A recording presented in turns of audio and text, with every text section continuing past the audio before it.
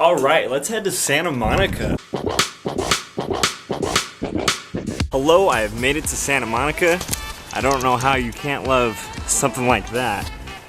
The question to ask is, what in the whole wide world am I doing in Santa Monica? And that's a pretty great question. I'd be thinking, asking the same thing. My sister is going to introduce me to a guy at a company who I can hopefully work for. I'm not going to say the name because then if I don't get it, I know you're going to go harass him.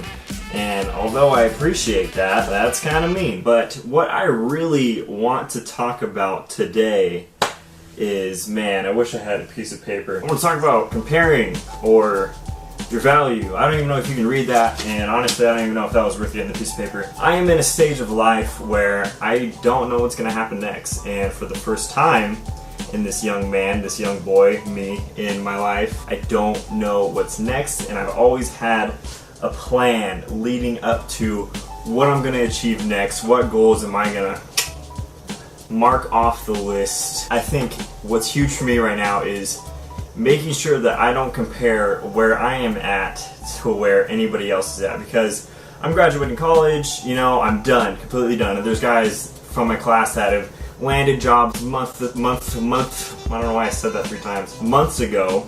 And there's guys who are getting jobs, landing internships, working at whatever company that's out there, the latest and greatest. And I am here doing my best to get a job, but, you know, I don't have one. What does that mean? 1, to have faith in God and to just trust that God has me specifically in this spot right now, exactly where I am in life, for a purpose, for whatever reason that I don't know. And I think that's kind of cool that I get to just trust in God to fulfill these things. And even though I don't have, you know, that job, maybe that person's job is made specifically for them, and maybe that's the end of their journey. Maybe they're going to spend 20 years there, and I know that I personally don't want to spend 20 years anywhere. And I'm sorry if you're a company looking at this, like, man, where's the longevity? It's software, alright? I'm not going to be here forever. It's software, alright? What I'd really love to do in life is be a talk show host, be an actor, be a dancer, be a rapper, and learn 5 languages, play 5 instruments, travel the world, all of these things, money, blah, blah, blah, all that stuff. And none of that really gives me value itself, you know, just because I don't have those things right now, it doesn't mean I hate myself. It means that I can trust God that those things are going to happen over the course of my lifetime if they're supposed to. And it's really up to God's will that, hey, you don't have a job right now, you don't have this or that right now, but I'm preparing something for you that's going to be amazing.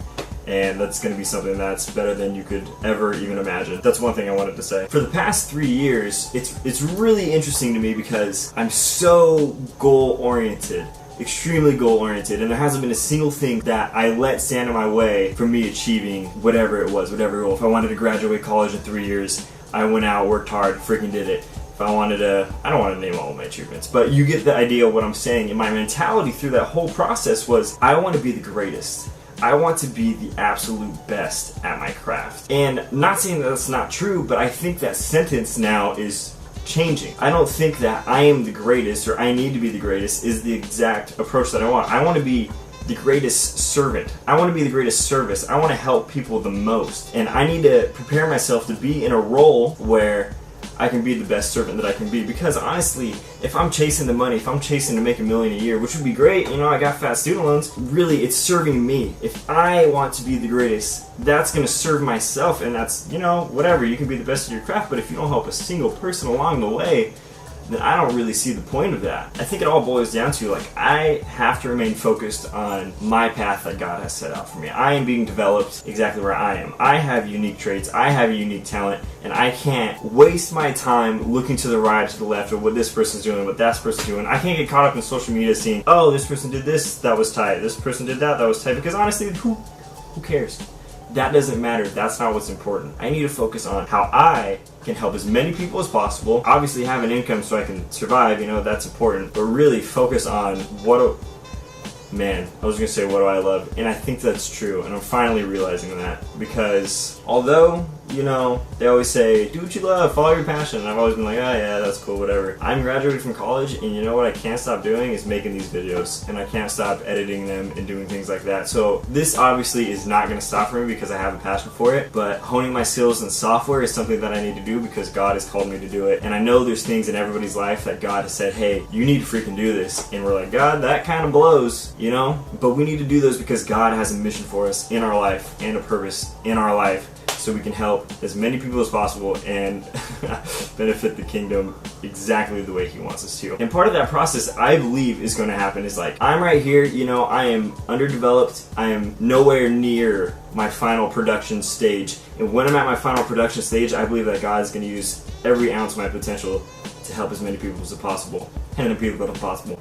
But through that process, you know, there's going to be tribulation, there's going to be stuff like that, and I have to be prepared for it. So I just wanted to say, don't devalue yourself by looking at what other people's lives are like. Don't devalue yourself because this person has that job, this person has that car, this person has that house. Who cares? That's not what should make you happy. That's not what should fulfill you in life.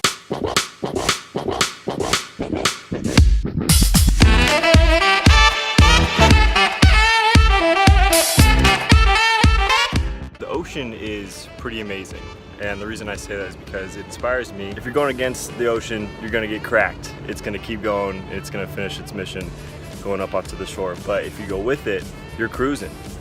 So I think the moral of the story behind the ocean is don't let anything stop you. 6 miles, 4-minute pace, cake. No, no, no, no. No, no, no, no. No, no, no, no. No, no, no, no. No, no, no, no.